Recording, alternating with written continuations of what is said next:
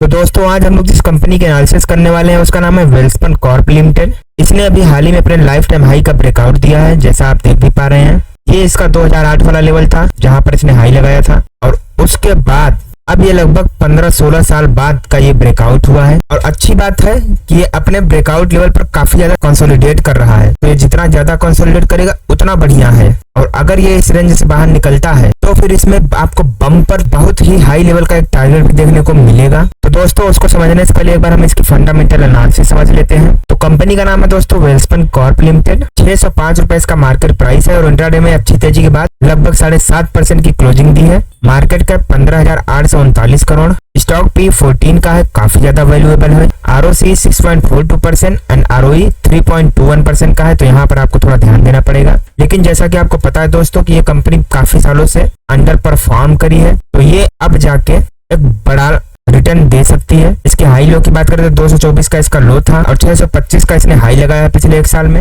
आपको दोस्तों कंपनी के बारे में बता दूं तो ये कंपनी दोस्तों one of the largest manufacturer है लार्ज डायमीटर पाइप्स बनाने में, जो कि ग्लोबली एक्सपोर्ट भी करता है। और साथ ही साथ ये BIS certified steel ballets, TMT, red bars, ductile iron pipes, stainless steel pipes, tubes and bars भी बनाने का काम करता है। कंपनी ने सिंटेक्स को एक्वायर किया है, जो कि एक मार्केट लीडर था in water tanks and other plastic products. साथ ही इसने और भी स्ट्रेटेजिक एक्विजिशन करी है, जैसे कि ABG शिपयार्ड हुआ। ये दोस्तों पिछले एक साल का इसका चार्ट है और आप इस चार्ट पर देख पाएंगे स्टॉक 250-300 के लेवल से उठकर डायरेक्ट 600 वाले लेवल तक पहुंच चुका है। कंपनी के प्रोज एंड कॉन्स की बात करें तो कंपनी गुड क्वार्टरली रिजल्ट दे रही है और इसका जो डिविडेंड पे आउट भी है वो भी काफी अच्छा रहा है। इसके कॉन्स की बात करें तो अभी ये 3.14 टाइम्स बुक वैल्यू पर ट्रेड कर रहा है और पिछले 5 सालों में इसका जो सेल्स ग्रोथ है वो पुअर रहा है और पिछले 3 सालों में इसका जो ROE है वो भी कुछ खास रहा नहीं है। बाकी दोस्तों अगर हम इसके पेयर कंपैरिजन की बात करें तो इसमें आपका JSW स्टील हुआ, Tata steel, tube investments, SAIL, Jindal stainless, APL Apollo tubes, Jindal Saw जैसी और भी महारत इसी सेक्टर में काम करते हैं। इसके अगर हम क्वार्टरली रिजल्ट की बात करते हैं तो इसका जो सेल्स ग्रोथ है वो दिसंबर 2020 में 1393 करोड़ का था, दिसंबर 2021 में 1442 करोड़, दिसंबर 2022 में 2402 करोड़ और दिसंबर 2023 में 4750 करोड़। वहीं पर नेट प्रॉफिट की बात करें तो जहां 206 करोड़ का प्रॉफिट था दिसंबर 2020 में, दिसंबर 2021 तक 39 करोड़ का प्रॉफिट, दिसंबर 2022 तक 23 करोड़ का प्रॉफिट और दिसंबर 2023 में तो 294 करोड़ का बम्पर प्रॉफिट देखने को मिला। वहीं पर अगर हम इसके लॉन्ग टर्म प्रॉफिट लॉस की बात करते हैं तो जिसका जो सेल्स ग्रोथ है वो मार्च 2012 में 8,977 करोड़, मार्च 2015 में 8,450 करोड़, मार्च 2018 में 6,347 करोड़, मार्च 2021 में 7,153 करोड़ और करंट में कुल 16,949 करोड़ का है। वहीं पर नेट प्रॉफिट की बात करें तो जहां 224 करोड़ का प्रॉफिट था मार्च 2012 में, मार्च 2015 में 214 करोड़, मार्च 2018 में 153 करोड़,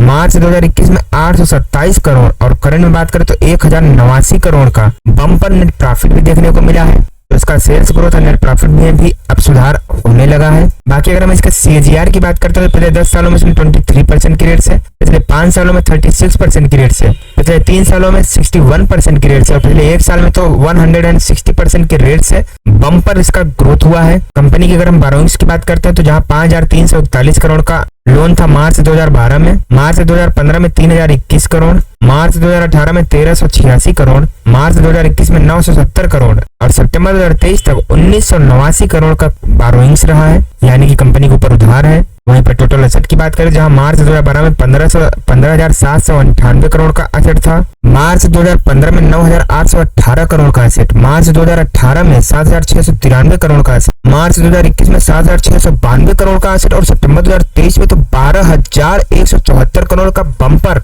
इसके पास एसेट भी बढ़ा। लेकिन साथ ही आपको यह भी ध्यान रखना पड़ेगा कि इसमें लगभग 2,000 करोड़ का लोन भी है, तो इस बात को आपका विशेष ध्यान रखना पड़ेगा। यहाँ पे आपको थोड़ा संभल कर देखना पड़ेगा, आपको खुद की एनालिसिस करनी पड़ेगी। बाकी अगर हम शेयर होल्डिंग पैटर्न की बात करते हैं तो जब प्रमोटर्स की हिस्सेदारी जहां जून 2021 में 50% थी वहीं पर मार्च 2024 में भी 50.14% है, यानी कि देखा जाए तो थोड़ा सा ही सही प्रमोटर्स ने हिस्सेदारी अपने पक्ष में रखी है। FIIs की बात करें तो 11.71% से 10.70% हुए हैं, DIIs 8.02% से 11.99% हुए हैं। पब्लिक की बात करें तो 30% जहां पर थी वहां से 27% हुई, यानी पब्लिक कम हो रही, जो कि अच्छी बात है। किसी भी स्टॉक से अगर पब्लिक निकलती है तो उतना कोई खास दिक्कत की बात नहीं है, लेकिन प्रोमोटर्स का हिस्सा बढ़ना चाहिए, जो कि यहाँ पर दिख रहा है। अगर हम वेल्सपन कॉर्प की फोरेंसिक एनालिसिस करते हैं तो डिप्रिसिएशन इफेक्ट कोई दिक्कत नहीं है। आरओई इसका पिछले 10 सालों में ठीक रहा है। 1-2 साल की बात करें तो थोड़ा बहुत गड़बड़ हुआ है, लेकिन पिछले 10 सालों में ठीक रहा है। करंट वर्सेस हिस्टोरिक वैल्यूएशन पिछले 3 सालों से काफी ज्यादा हालत सुधरी है। कैपेक्स वर्सेस आरओसी में भी कोई दिक्कत नहीं है।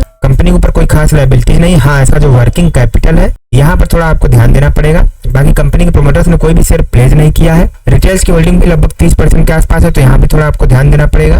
डेब्ट जो कंपनी पे वो लगभग 20 से 25% के बीच में है पूरे असेट का, तो यहाँ भी आपको ध्यान देना पड़ेगा। रेवेन्यू इसका ठीक ठाक है। शेयर प्राइस पिछले 10 सालों में नहीं बढ़ा है, बात एकदम सही है। पिछले 16 सालों में नहीं बढ़ा है, लेकिन अब ऐसे जोन में आ गया है कि यहाँ से अगर ये निकलता है तो पिछले 16 साल का कसर सिर्फ और सिर्फ 3 से 4 सालों में ही निकाल देगा, यानी कि इसमें बम्पर तेजी देखने को मिल सकती है। बाकी प्रमोटर्स की हिस्सेदारी जो है वो पिछले 90 डेज में स्टेबल रही है। बाकी दोस्तों, हम कंपनी के रेवेन्यू की बात करते हैं तो इसका जो प्रोडक्ट है HSAW pipe 75%, ERW pipe 8.2% and LSAW pipe 15.9%। Location wise India में 54.4% का बिजनेस होता है and rest of the world से 45.7% का बिजनेस होता है, यानी कि ये कंपनी एक्सपोर्ट भी करती है और काफी अच्छी मात्रा में एक्सपोर्ट करती है। इसके प्लांट का अगर हम ब्रेकअप करते हैं तो यूएसए में 8.6% है, इंडिया में 57% है एंड सऊदी अरेबिया में 34.2%। ऑर्डर बुक की बात करें तो यूएसए 40%, सऊदी अरेबिया 23%, इंडिया 36%।